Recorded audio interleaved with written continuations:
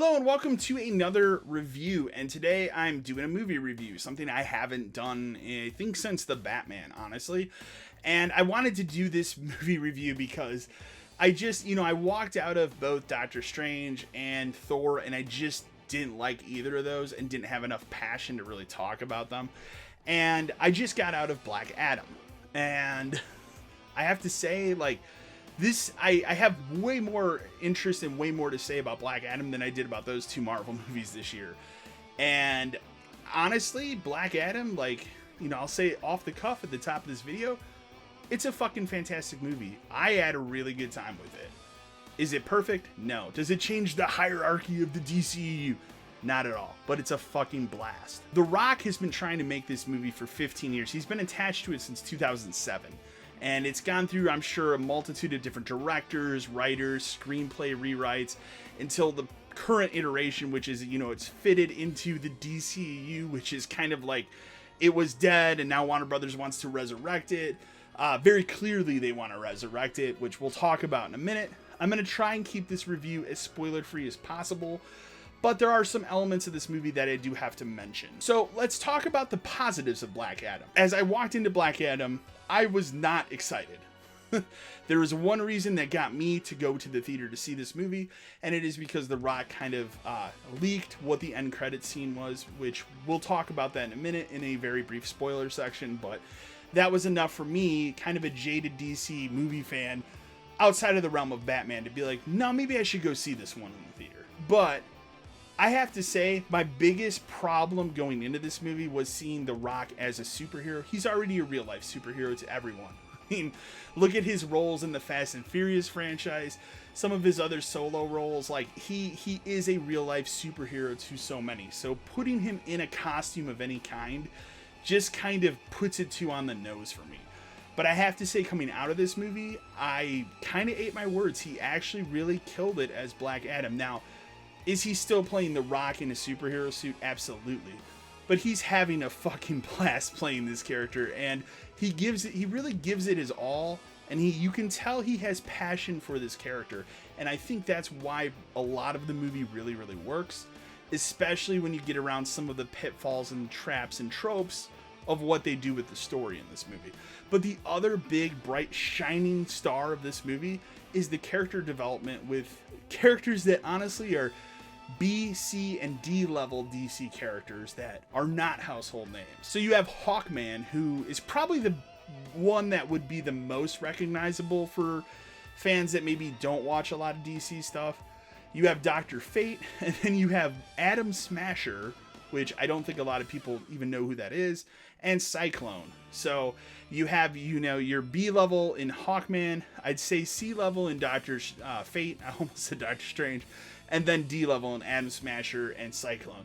But what surprised me about this movie is that they really took the time to kind of develop those characters that people don't know what shit about. And I've always been a fan of Hawkman. He fucking rules in this movie. I was blown away. I don't have the actor's name. His performance was spot on. I think the jokes that they gave him worked really well, but he just embodied the character of Hawkman. I've always wanted to see Hawkman brought to life on screen outside of a comic book or a cartoon. He fucking rules in this movie.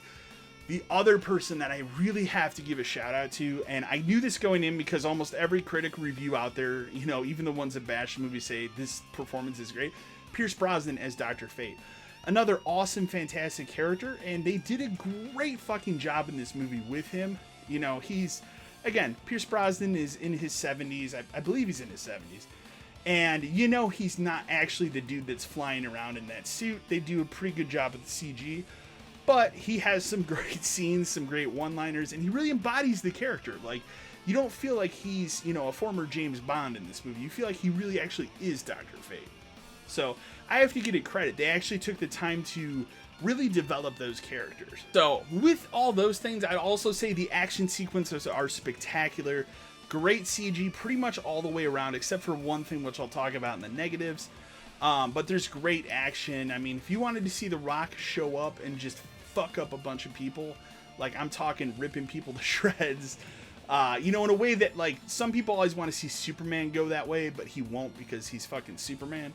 You get that in this movie with him as Black Adam. He fucking embodies the character, and it's really awesome to see. Let's talk about the negatives of this movie. First thing I have to put out is, if you've watched the trailer, if you've ever seen any one of these movies, you know exactly the story they're going for and what's going to happen. You have your anti-hero character in Black Adam. He shows up, he starts fucking shit up. Then you have to dispatch the good guy team to come in and kind of corral him, but they don't get along with each other, and they battle for a while until an actual villain shows up, and then they, you know, of course have to combine forces to defeat the evil villain. And they're kind of buds at the end. That's this movie in a nutshell, and it's exactly the movie that you expect it to be. But I can forgive that because of how good the performance is in here and how good the character development is overall. But with that being said, the other negative aspect I will put in this review is the villain in this movie, which I don't know if it's really spoiler territory, but it's another like C to D level villain. Is Sabbac, which is this like demon lord. I don't know too much about the character because again, it's like a C/D level DC person, but it's basically a demon that runs around with a fucking pentagram on his chest and he can shoot fire. Kind of lame. The CG didn't do him any justice in this movie. I thought his CG actually looked kind of bad. In comparison to everything else in this movie, it looks fantastic.